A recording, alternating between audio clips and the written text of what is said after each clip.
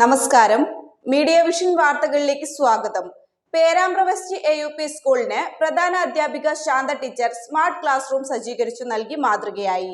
Block panchayat president NP Babu ഉദ്ഘാടനം ചെയ്തു. കിഴക്കൻ പേരാമ്പ്രയിലെ പേരാമ്പ്ര വെസ്റ്റ് AUP സ്കൂളിലെ പൂർവ്വ വിദ്യാർത്ഥിയും ശേഷം സ്കൂളിലെ തന്നെ അധ്യാപികയും പ്രധാന അധ്യാപികയുമായി വിരമിക്കുന്ന ശാന്ത ടീച്ചർ സ്കൂളിന് സമ്മാനമായി ഒരു സ്മാർട്ട് ക്ലാസ് റൂം സജ്ജീകരിച്ചു നൽകിയാണ് മറ്റു സ്കൂളുകൾക്കും അധ്യാപകർക്കും മാതൃകയായത്. Block panchayat president NP Babu ഉദ്ഘാടനം ചെയ്തു.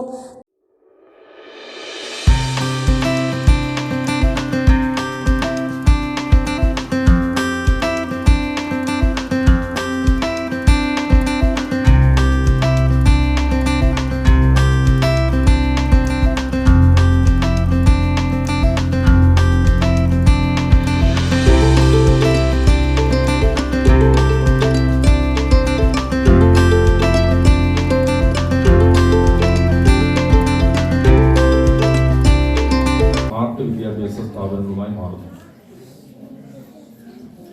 ആശുപത്രികളെടുത്താൽ ആശുപത്രികളെല്ലാം തന്നെ ഏറ്റവും ഉന്നതമായ നിലയിലേക്ക് മാറുന്നു. ഓരോ റോഡുകളും പാലങ്ങളും എല്ലാം എടുത്താൽ ആ റോഡുകളും പാലങ്ങളും എല്ലാം ഏറ്റവും നല്ല നിലയിലേക്ക് വരുന്നു. അതിൻ്റെ എല്ലാം പ്രതിഫലനം നമ്മുടെ സമൂഹത്തിൽ കാണാം. മലയാള പത്രങ്ങളിൽ വരാത്തൊരു വാർത്ത കഴിഞ്ഞ ദിവസം ഒരു ദേശീയ മാധ്യമത്തിൽ ഇംഗ്ലീഷ് പത്രത്തിൽ വന്നിട്ടുണ്ട്. അത് തുടർന്നു നടന്ന ചടങ്ങിൽ PTA പ്രസിഡന്റ് വികാസ് അധ്യക്ഷത വഹിച്ചു. AEO KN ബിനോയ് ഹരിതായനം പദ്ധതി ഉദ്ഘാടനം ചെയ്തു.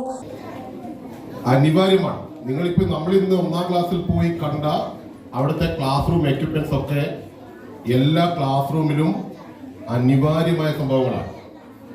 അപ്പൊ അതുകൊണ്ട് ഇവിടെ 12 ക്ലാസ് മുറികളിലും ഇത്തരം ക്ലാസ് മുറികൾ ഉണ്ടാവണം. അതൊരു ഇച്ഛാശക്തി മതി, വേറൊന്നും വേണ്ട. നമ്മളൊന്ന് തീരുമാനിച്ചാൽ മതി. അപ്പൊ അത് നമുക്ക് തീരുമാനിക്കാം.